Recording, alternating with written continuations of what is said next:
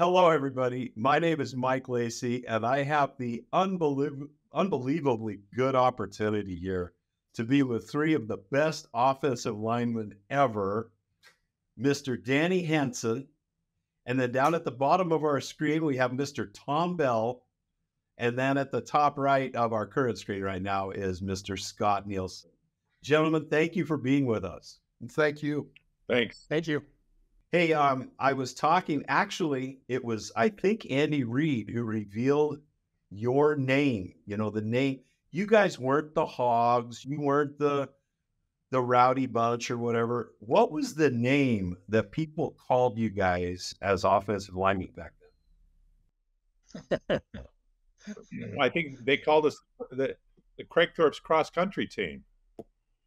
Why is that? I mean, you guys didn't look like cross-country guys for sure. Well, that was back in the day where we had to run 2 miles when we came into camp and run it at a certain time. And I think the only one who made it my junior year was Nick Ayer. And the rest of us, because Nick was a long distance runner in high school, believe it or not, ran cross country in high school and basketball, and played football. But that was the name. And so we had shirts made up with our names on the back, and we gave one to the coach with our names and numbers, and that's who we were. The cross country runners. Danny pretty much led the group all the time. Danny still leads, doesn't No, but yeah, we did, and it was. I know it's a lot different from what they do nowadays, but we were involved in. We had to run 2 miles in 14 minutes, and most of you guys were like 6'5", well, 6'4", 6'3", 270. Yeah, I don't know. Well, Nick was 275. I was about 270. I think, Tom, what were you, about 260? And then we had the little lean guy, which was Scott, I think at 215, if I'm not mistaken, maybe 225. Now, the biggest I got was 220. 220, okay. But, probably the only 220-pound offensive lineman to be the first team all-conference. Yeah, but Tom was telling us earlier a nickname you guys had for Scott. I wanted to tease him about this because he always had this little cool-looking ear. I thought that he might be from Hollywood. Where are you from, Scott? Well, I'm originally from Salt Lake, Olympus High School, but I've been down here in the Valley of the Sun since 1984. So you and Tom are down in Arizona. We're about 15 minutes away from each other. Do you remember? I know that the first week of practices in the fall, we all had to run the 2 mile. Linemen were at 14 minutes and the other positions were at different times. But someone was saying that during that year, because we were getting ready for Texas A&M, which was going to be hot and humid, that they were having us run the 2 mile more often than ever before. Do you remember that? I was going to say, I wouldn't doubt it. It seems like we ran it all the time. Yeah, I remember it vividly because Chuck Stiggins was the strength and endurance coach, and I don't know if you guys remember. And we would run so much after practice and these long distances because at the time the thought was if we could go that long and then go down there to the hot and humid game that we were going to have, that we would be able to be in such great shape. All we did was lose weight, I mean. I just remember running. But, it seemed like we always had a little bit left in the gas tank when you got to the end of that game, more so than anybody else we played against, just because we were in condition. And I will say that about us. Maybe a little bit lean, but I think we were in better shape than anybody else. And matter of fact, Chuck Stiggins was such a runner. Remember, he used to run while we were practicing around the practice field. And so it was part of what he did with us. And I think that helped us be in better shape than anybody else we played against. No doubt. Kragthorpe's cross-country team, Coach Dave Kragthorpe was the offensive line coach, and very few teams brag about their offensive line being cross-country guys. Tom Bell. Yes, sir. I remember you as a guy who wasn't afraid to speak your mind. Unfortunately, I think that has pretty much been the bane of my existence, is sometimes silence would have been better, but I was not afraid to mix it up, as you all. So I'm just wondering, when you were running this 2 miles and Chuck Stiggins was there, and, we all revered Chuck Stiggins as leader of men. I'm teasing. I mean, Chuck knew his stuff, but a lot of times he took a lot of ribbing, on our team. Tom, I can't imagine that you were singing sweet nothings as you ran 2 lines. All I remember is, I'm from Maryland. I was from Maryland at the time, and we were down at 1,000 feet, and I'd come up to the 5,600 feet that there was Provo, and all I would do when I ran that was just keep my mouth shut and breathe, because I was trying to suck every bit of oxygen out of the land, out of the air that I could. I'll remember vividly. Now you guys will remember this, Scott. We would run that thing, and Nick Air would take off, and he would take off. Think, oh, he's going to die. Oh, he's going to die. Oh, he's going to die, and he never did die. He always won from the offensive lineman every single time. That guy was in amazing shape. How tall was Nick? How tall? Had to be 6'6". 6'6". Yeah, probably 6'6". And maybe the heaviest. Yeah, well, he was 275 when he played for BYU. Right. I mean, he's a small man. And to think of him leading you guys in the cross country, I didn't remember that. I'm glad you shared that. I think, Scott, maybe you were second, because it was like Nick. Weren't you always trying to chase Nick down, Scott? Well, yeah, I was never able to accomplish that. But, being at 220, you would have thought that I would lead the whole pack, but can never catch Nick. It's too fast. How fascinating. Didn't Nick have a career a little bit with the Houston Oilers, I think? He did. He played, I believe it was only 3 years. Okay. And then came up, but yeah. Sweet. So let's start with Danny. Danny, what do you do nowadays? And how did your BYU experience affect you presently and back then? The big thing was I was able to find a job. I mean, I'm a financial consultant guy, and I think sort of the same direction Scott went. But when I came out, I was looking at the bacon industry, and that collapsed. It really did. It's when all the savings and loans collapsed. So I went. The 1980s. Early 80s. So I went to work for a trucking company, and I've been in trucking ever since. And so the contacts and the people we knew, and I think it helped progress me along, because people, I think, probably associated me a little bit with what those guys were doing and figured out maybe he's not such a bad guy. And I enjoyed it. It's great people. We have, and all of us here have had the opportunity to meet some of the greatest people we've ever known.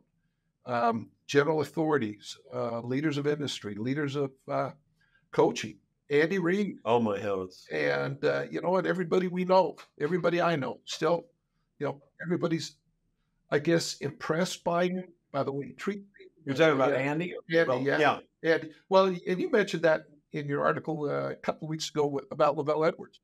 What a guy. There couldn't be a person out there that didn't like him.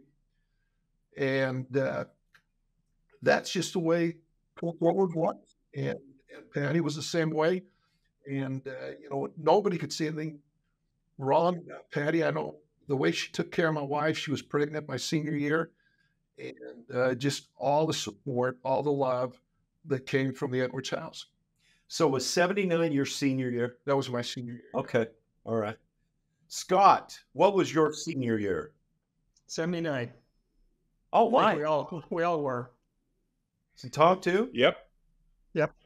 That was my redshirt year was 78. After our mission, Tom, we went to the FTC. I think the same day. Was it January 8th, 76? Yep.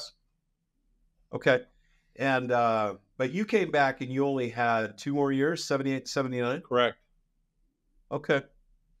Well, let's go with Scott then. How did your experience at BYU, and I want this to be more conversational, but right now let's start it off.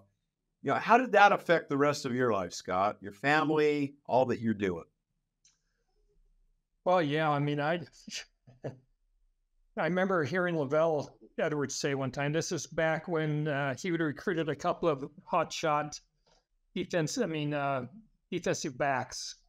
And at a they were coming to the BYU all the way up until the last moment, and then they changed their decision and went somewhere else. This was, I don't remember exactly what it was, but I know that the comment that he made was pretty interesting. He says, he told these guys, he says, you're not going to find a better football experience than what you're going to find at BYU in all of the country.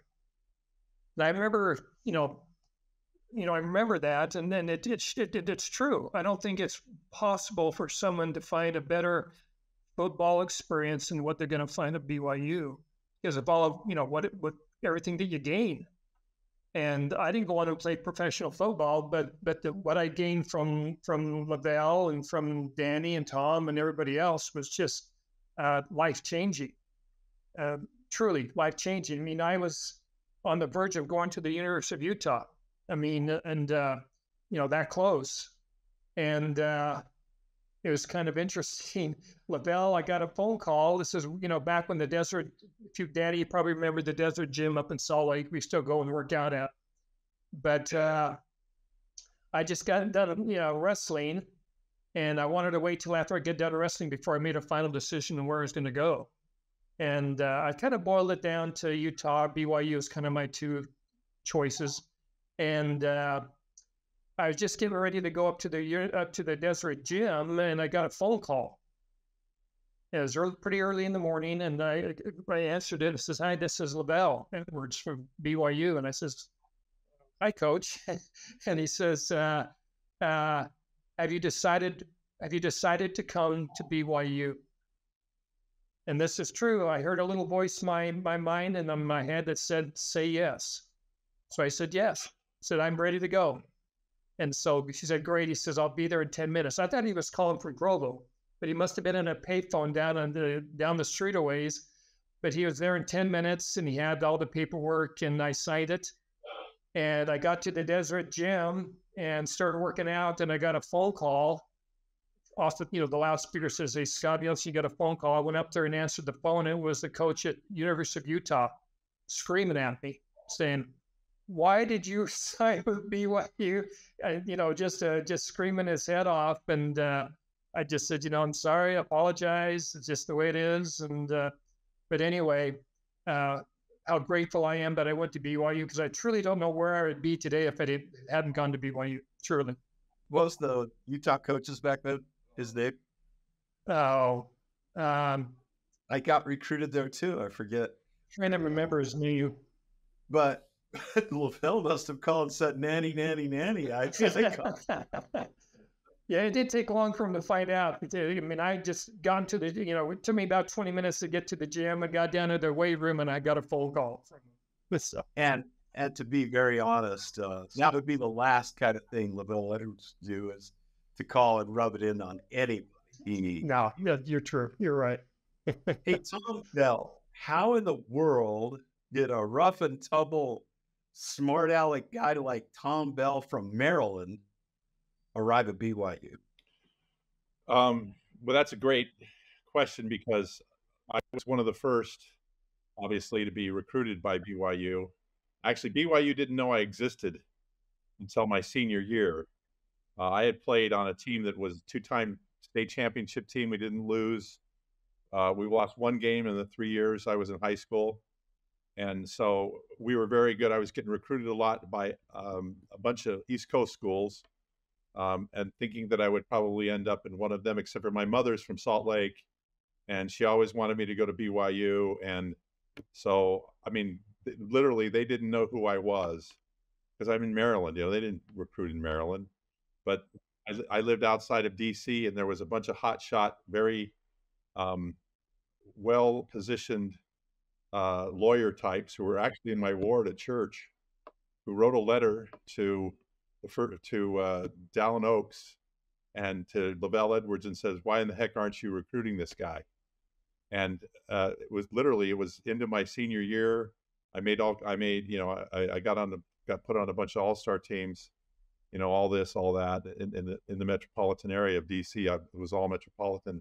And then all of a sudden BYU out of the blue says, "Oh, we'd like you to come to a trip." And so this was, I didn't go till January February. It was wrestling season was just about over. And I went on the trip, and they took me to my grandfather's house in West Jordan, Utah. And he'd played baseball at Brigham Young Academy in 1907. Well, they took me from the airport to my grandfather's house, and my grandfather proceeded to beg me. He said, I want nothing more than one of my grandsons to play ball at BYU. He was a huge Cougar fan, lifetime Cougar Club member, all that. And here I am, this guy from Maryland who completely, I didn't know anybody from Utah. I was the true outsider. And I went down and had a great trip. Orrin Olson was my host, and we went and did the BYU thing. And it was an amazing day. When they took a couple people that I knew from Maryland, and they had me, go into the dorm and stuff. Anyway, a long story is, and I came back, when I got back to Maryland, I had two coaches call me up and said, "Hey, we hear you went to BYU. You're not going to go there, are you?" And I said, "Nah, I don't think so." And my mom was like, "I want you to go to BYU. It's the best thing since cut bread." So anyway, long story short, same as Scott, I came on a Sunday afternoon. I decided I felt that spirit. The one thing that was different about BYU than the other places I went, especially on the East Coast, was just the feeling of the school. Yes, the football. I went to like the Syracuse and a bunch of ACC schools, Maryland, Wake Forest, North Carolina State. They were all looking hard. And some other big, Penn State sent me one letter and said, "Well, you're not big enough. You're not over." They didn't recruit any linemen at the time who weren't at least 6'5". So I was too small for them. But one question, you're maybe one of the smartest of us here. Why is it that we all get a little bit shorter as we get older? Does gravity just work on us? It does. It does. Gross. But anyway, you weren't short. You were not a small man, right. but anyway, Penn State wasn't taking anyone that wasn't right. under 6 or so then I went on the trip, had a great trip, came back, and I just had the feeling this is where I had to go. If I'm going to start doing what I want to do in life, which at the time was I wanted to get into politics and I wanted to get a law degree and all that stuff. And so I went to BYU, I signed to BYU, and I remember that I got there and it's like, okay, this is so different than what I'm used to. I mean, this is Provo, Utah from DC, suburban DC, Washington, DC. What a huge difference. Yes, and I was like a fish out of water in Taylor Hall. Now, interestingly, I don't know if you guys remember Dave Gardner. They had recruited him. He was from Maryland also. He was from yeah, he was 6'5", about 260. We had different characteristics. I was a little bit smaller and a little more focused on what I was doing. But anyhow, had I not gone to BYU, my life would have been completely different, and not in a good way, I think. I got to BYU. I got really super active. I got back into the church. I was in the church, but I mean, I really did it for me. I decided to go on a mission, which Craig Thorp kind of went, "What?" The rest of us, speaking of Tom still, all behind the scenes, we kind of know what Tom was doing after football because, he just was a smart enough guy and he knew these languages, he was kind of making politics happen. Maybe, I don't know. Are you willing to share any of that with our game? Well, beyond the game, here's the big thing. I went back and I worked in the intelligence community for 35 and a half years, lived 10 years overseas, learned another language, and spent a lot of time on an airplane flying around the world doing various and sundry things. But it was the great capacity that our family had. We have 6 kids. My wife, just an amazing lady who was the glue that kept it all together when I was going out and serving my country. I did that for, like I said, 35 and a half years. And wow, used different languages. And the thing of it was, having had the experience of being a missionary and being able to go out and make decisions and use language, it gave you a degree of confidence in being able to do hard things. And just like these guys, I mean, the SNLs went under and Danny had to change and do different, and and Scott did different stuff before he got into what he was doing. So we all had to figure out where our niche was in life. And for me, it was the fact that BYU was that glue. And I'll tell you, BYU's been the glue for our family. As we lived overseas for 10 years, we moved 16 times in 35 years, 36 years. And it was always, we always went back to BYU. We always went back to Idaho, where my wife's from. And just, you know, the Cougar Blue was always the key. Just that notion of we are part of something bigger than us. I think you're hitting the nail on the head, because when I get together with Danny, Scott, you, when we see each other, even though it may have been decades since the last visit, it's almost like we're automatic brothers and friends. Yes. You know, and one thing I want to mention, you know, all my kids got to know and speak with Lavelle Edwards. And my 5 kids, 4 of them went to BYU. Of my 5 in-law kids, 4 of them graduated from BYU. Well, what are we doing with these black sheep now? The other 2 are UVU, so as long as it's not red, I'm okay. Yeah. I'm sorry. I'm sorry, guys. But, you know, it is, and they all have felt the same love for BYU. And the people, my daughter, my oldest daughter, was trying to get into college, and she was listing her colleges. I said, you need to apply at several different schools. And she says, Dad, the only one I want to apply to is BYU. And I said, well, what if you don't make it? Well, no, wait a year and try again. And all any of them wanted to do was to get into BYU. And like I said, all 4 of my daughters did. And my son went to UVU.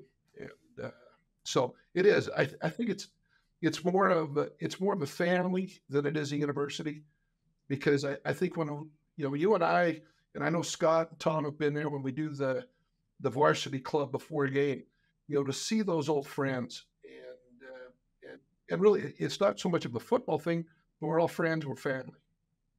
You know, I feel that. Scott, you know, Mr. Bell, maybe I was his only target, but it felt like he always had names for us. What names did he have for you? And what are your feelings about our brotherhood and your overall experience going to BYU? Well, I think, Tom, I think you're the one that named me Hollywood. I'm not quite sure what that was all about, but I was just a humble guy. No, you had that perm that one year, and you were Mr. Hollywood. Yeah. Scott, tell us, though, about your BYU experience, despite having to be next to these guys like Tom and Danny. Well, you know, got married when I got back off my mission. I think my freshman year, that was in 73 when I got down to BYU and decided to go on a mission. My dad was a state patriarch, and he gave me a patriarchal blessing. And he said that the Lord's desire is for you to go on a mission. So I was off on a mission and got back in 76. Left in 74, got back in 76 in September. So they redshirted me a year. And so I got back and, you know, played 77, 78, and 79. But anyway, just a great experience, and everything that, you know, everything is attached. I mean, I look at friends that I have acquired. Tom and Danny are some of the best friends that I have. And, you know, I've got a lot of good high school friends, but, you know, Tom and Danny, they're the best. They're the best. And, you know, Mark Wilson, we've done a lot of stuff together, and truly they are the best friends that I have. And, you know, it's easy to say that. So it's, BYU is just connected to me and my family and our family to Tom and Danny and to others, and you, Mike, as well. And, love it when we're able to get back and see everybody again, and it's pretty fun. It's been great. Can you share an example of something that, you know, because I look back at our team and we were very unified. It was fun to be, I know in springtime we're all fighting against each other, but by fall, you know, both sides of the ball, we were all pretty close to each other, trusting each other and working together. We had a great staff. But what is it about offensive lines that kind of builds a team together? You guys had a unity, and maybe the rest of our unity was around that. What are some of the things that you remember? Funny stories, interesting stories, about how you guys came together to be such good friends. I mean, do you have any funny experiences that happened together? I'll start with one because Colorado State, Mike Bell was probably the best defensive lineman I've ever I seen. remember him. Stud went on to NFL and he was I think all pro his rookie year. But we got prepped all week. I figured I'm going to get killed by this guy. I'm going to get ready for him. I'm going to get ready for him. We walk up to the line, very first series. I get down in the stance, and there he is. And I thought, oh, man, this is going to be a long day. He switches over in front of Scott. And Scott looks and says, oh, shoot. Is that what he said? Yeah, that's what he said. Okay. And, you know, and he was scared to death. And then we get back in the huddle after the first play. He says, guys, you guys have got to help. And but back there, you know, the rules were pretty lenient, so we could double team and triple team him all day long because they were foolish enough to think that their A guys could stop Mark. And Mark just riddled them, and we just took care of. Finally, after the second series, Bell walked off the field, put his helmet on the ground, and quit. He just says, I'm out. What? What? Yeah, he walked off the field. Yep. Yep. Seriously? Yep. He says, I've got an NFL career. I'm not going to live through this. I'm not going to get hurt? No, and it really was. Did he claim you guys were doing something nefarious? Or we were legal, but nobody else was coming against the guards. So Randy Tidwell and I would hit him from the side. Scott would hit him straight up. And he says, I'm not doing this anymore.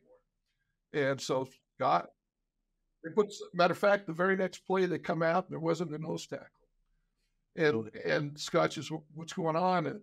And remember Sarkis, our slave? Yes. Was the coach. And he's over there screaming at the top of his lungs. Oh, yeah. Oh, he was scared of those guys. That's awesome. Yeah, he scared him to death. The guy wouldn't even come back out. What's one of the stories beyond just Kragthorpe's cross country that melds you to our BYU brotherhood, either back then or now? Well, the biggest thing was, and it kind of goes along with what we've been talking about, you know, going into our senior year in 79, we had a good year in 78. We beat, you know, we had, it was that we learned a lot. We'd won the conference. We lost the bowl game. And so in 79, we're going in and we're like, look, we're going to do this together and we're going to work hard together. I think the catalyst for that was the Texas A&M game, because they were ranked in the top 5, as I recall. And for me, it was like, you know, this is the whole thing about BYU is going to get some respect. We're going to get some respect in this game. And people are going to learn. And everybody, all I remember about that is how hard everybody worked and how hard everybody was looking forward to, look, this is kind of our season going into it, right? But you're talking off season. Everyone was working the whole year, getting ready. Yeah, I remember Gary Kama, who hardly said anything. Remember Gary Kama, our middle linebacker, guy from Hawaii. He hardly said anything. I remember him saying, we are going to win this game. And we are going to go, and just the whole camaraderie of that team being able to go down there and to have the game that we did. And, you know, it comes down to, we can talk about Mike Lacey. I'll never forget being in the huddle in that last play where we went for 2. The game was tied, right? Or we were down by 1.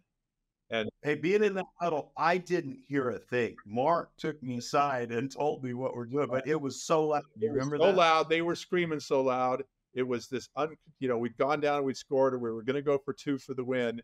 And you're playing fullback, and we're all out there. And I'm like, okay, we are going to win this game.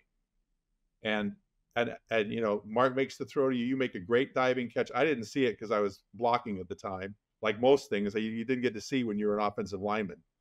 Thank you, Tom. Thank you. I watched the film after, and you dove and made a great catch. We win the game. But it's that whole thing of everybody was like saying, the collective is more important than me individually. And it's kind of the BYU experience. Individually, we're not half as strong as we are when we're with a strong team. And that kind of set the tone for the rest of the year. And we all fought hard. We all played hard together. We all understood that the coaches knew what they were doing. We had we'd lost Wally English and we had Doug Scoville back, so that was good. And we just recognized that that was the catalyst that we needed, and it carried us over for a long time. We had Danny on a couple of weeks ago, and he talked about that circumstance. In fact, you guys may want to know that today we're taping this Friday, June 14th. Brent Johnson's. We interviewed Brent Johnson about a month ago, and I'm serious. Listen, I was sobbing by the end of that, and so was Brent. I mean, he has a very inspirational story. When you think of the brotherhood we all had and the adversity that we all go through and the goods and bads that a team goes through, I hope that you can each watch this Brent Johnson or catch some of what he said, because I'm sure glad he shared what happened to him during and after, that we all suffered with him, but it ended up being, I won't say positive, but there were a lot of positive things that happened to and with Brent because of that. And it was because of the attitudes of gentlemen, people like you. Well, I think they mentioned that on national television, that the fact that how the rest of the team surrounded him and supported him, and the way that we reacted was pretty unique, I think. Here's an insight. I haven't told this story in a long time. So after we played, after our senior year, I got selected to go play in an all-star game. Okay, I went and played in the East-West Shrine game. They needed a tackle, and LaBelle was the head coach. They said, "Tom, come play." I wasn't the first one they wanted, but anyway. So we're in there having a team meeting, and I remember there was a bunch of guys from other schools said, they were like, "Oh man, did you go out and kick that guy's butt? And we do all about Brent and all about everything." And I remember thinking to myself, no, that's not how it was at all. We'd gone through the whole year together, and I can remember how much vitriol and how much anger there was. You guys must have hated it. And we're like, hey, he missed a field goal. He'd practiced his whole year. He'd hit he hit like a 53-yarder in that game or something earlier.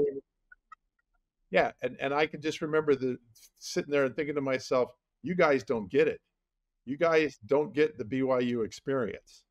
And you're a band of brothers, and we were, band of brothers is a rather new term, but we were working hard together, and he missed. We were all upset, but we realized, hey, he's a brother. He's part of it. And we're not going to hold it against him. We've kept you here for quite a while. I know we could probably spend a couple hours more, but would you each like to share a story or two of a parting shot for beyond the game, a story that you'd like to share? Any one of you that would like to start.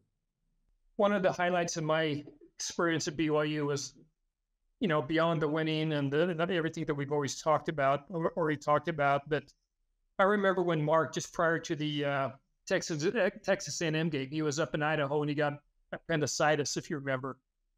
I remember, and I don't know how all who were there, but we went to the hospital and gave Mark a priesthood blessing that he would be able to recover quickly and be able to get back on his feet and be able to get, be part of the team again, which he did. He was ready for the opening game. And, but I don't think you would see that any place else. Like I said, when LaBelle said that you're not going to get a better football experience than you will at BYU, that's part of the experience, is those types of experiences where the teammates can come together and give another teammate a priesthood blessing and, help him get back on his feet, which he did quickly. And I remember talking to Mark about that. He says, I don't even remember. He says, I was out. He says, I don't remember you guys coming and giving me a priesthood blessing. And I don't know, Tom, were you there? And Danny, I can't remember who was all there, but it was an incredible experience. And of course, the spirit was strong, and it just goes back and just, reminds me anyway of the unique experience that BYU was. And you're just not going to get that type of experience anywhere else. And I felt that as a teammate. I was a younger teammate of all you guys, but I felt the leadership that came from guys like you and all throughout the team. I mean, think of overachievers like Tim Halverson. Tim, I don't know, tall guy. He at least 6'2", maybe 6'4", and looked like he might be 160. But man, he put out on a quarterback position, and another guy that is a leader. So anyway, thank you, Scott. Yeah, I'll tell one. You know, he was one of the years, it was my junior year, actually, struggling after a Colorado State game. And so I got rode hard that next week by Coach Craig Thorp. And by the end of the week, no, I did not like him at all. And I think he knew.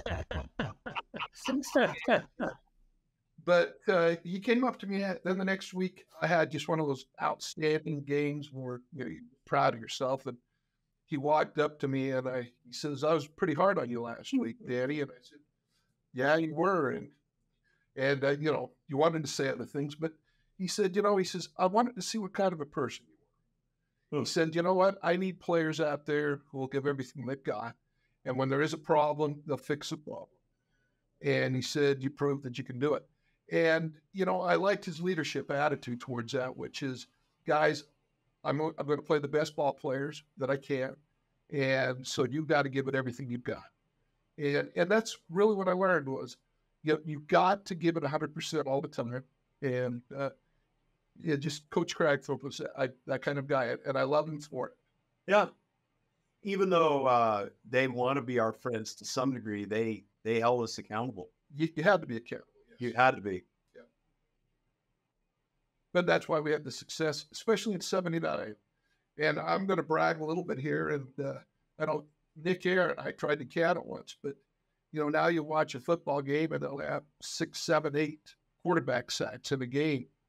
And, I counted 11 quarterback sacks in 79 total. For the year. For the year. Yeah, Nick and I were talking about that. This is a few years back. Now you see them, okay, we had 6. Well, we got 11 in 12 games. And so, we played well together. We were good friends about it. So, yeah. It's interesting what you guys said. I forget if it was you or Tom that was mentioning about the Bell guy from Colorado State. How he switched from you to Scott. And then, and Scott, you weren't the largest center, but you were athletic. You were strong. You could play your position well, one of the best. And yet your teammates came to your aid, when it or if you needed it. And you would for them as well. Yeah, I remember, I think it was Coach Craig Thorp saying something to the effect that we're only as good as an offensive line as the weakest player or the weakest link. And so, in my mind, that's where we stepped up and we helped each other. Did Tom know that he was talking about him at that time? No, yeah. No, he was, but, and it just goes to show you that the offensive line, we're as only as good as the weakest link or the weakest player. And we knew that. And so we supported, we helped. When I needed help, these guys stepped up and helped me. But the point being, the point that I want to make on all of this is we all knew we had to play as a team. We knew it wasn't going to be, Tom or Danny or Nick. We all knew that we had to play together, and there wasn't any jealousies. There wasn't any pet jealousies about people getting this and people getting that. We were working very hard, and we all had the desire to win. And that, I have to say, that came from LaBelle and Kragthorpe, Coach Craig Thorp, because Coach Craig Thorp always, remember Mondays when we go through and watch the films and everything, and no matter what happened, you had to fix this, you had to fix that. We just beat somebody, 54 to whatever. We just creamed them, but you always had to be better. And that's kind of what life, and for me, that's a lifelong lesson. For me, no matter what I'm thinking, I got to be better.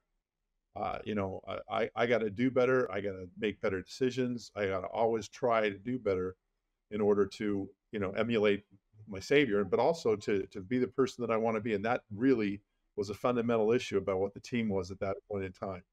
All right, Tom Bell, I wasn't going to end this conversation until you called me that wonderful name that always used to call me. And I loved it. Was the hearing.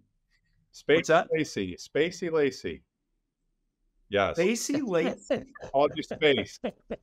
Well, the only person who was more spacey than you when you were a young player was, and now his name escapes me. He's the ESPN played center. Oh, come on, Tom. Trevor Maddich. Trevor Maddich. Remember Trevor Maddich freshman year? Holy smokes! I thought you were going to say I was another Lennon Littbetter, or I don't know. It was Spacey Lacey, and it was Trevor Maddich, and it was Trevor. Weren't they? Oh yeah, we'll go do this. I'm like, what in the world? He's also from Sacramento, so maybe it's a water. Sacramento, the curse of Sacramento, or the blessing of Sacramento. Either way, you guys did very well. Yeah, you know, guys, I feel an even stronger love or bond with you. You guys have been wonderful. Are there any final things you'd like to say? Anyone? No, thank you for having us on. It's been great. It's been great to reminisce, stories. I love these guys, and